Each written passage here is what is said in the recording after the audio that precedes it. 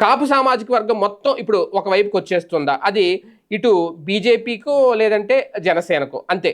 ఎందుకంటే తెలుగుదేశం పార్టీ ఇప్పుడు సామాజిక వర్గాలకు సంబంధించి సామాజిక కోణంలో ఇస్తున్న పదవులు చూస్తా ఉంటే బీసీలకి మేము పెద్దపీట వేసామని చెప్తుంది, ఎస్సీలకి పెద్దపీట వేసామని చెప్తుంది.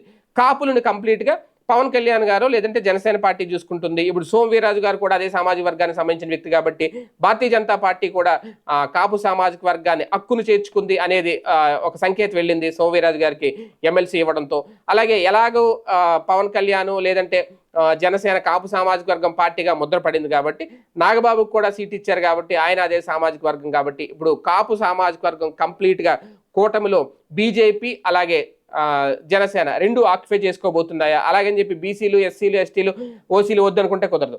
ఆ ఓట్ బ్యాంక్ ఎలాగే ఉంటుంది. కాకపోతే ఆంధ్రప్రదేశ్ రాజకీయాల్లో, ఆంధ్రప్రదేశ్ అనే కాదు చాలా రాష్ట్రాల్లో ఖచ్చితంగా ఒక కుల ముద్ర అయితే ఒక పార్టీ మీద ఉంటుంది. అలాగైతేనే సక్సెస్ అవుతారు. రెడ్డి సామాజిక వర్గం ముద్ర వేసుకున్నారు కాబట్టి వైసీపీ సక్సెస్ అయింది. కమ్మ సామాజిక వర్గం ముద్ర వేసుకున్నారు కాబట్టి టీడీపీ సక్సెస్ అయింది. ఇప్పుడు జనసేన కూడా మొన్న ఒక్కసారిగా ఆయన కాపు కుల ఓట్ల గురించి, కాపు కులాల గురించి మాట్లాడారు కాబట్టి ఆయన కూడా సక్సెస్ అయ్యారని. కానీ ఇప్పుడు మరి ఎందుకు వైసీపీ ఓడిపోయిందంటే అదే సామాజిక వర్గాన్ని పక్కన పెట్టారు కాబట్టి ఓడిపోయారు అనే సంకేతం కూడా ఉంది. అందుకే ఇప్పుడు కాపు సామాజిక వర్గం అంతా ఒకే తాటి మీదకి రాబోతుందా?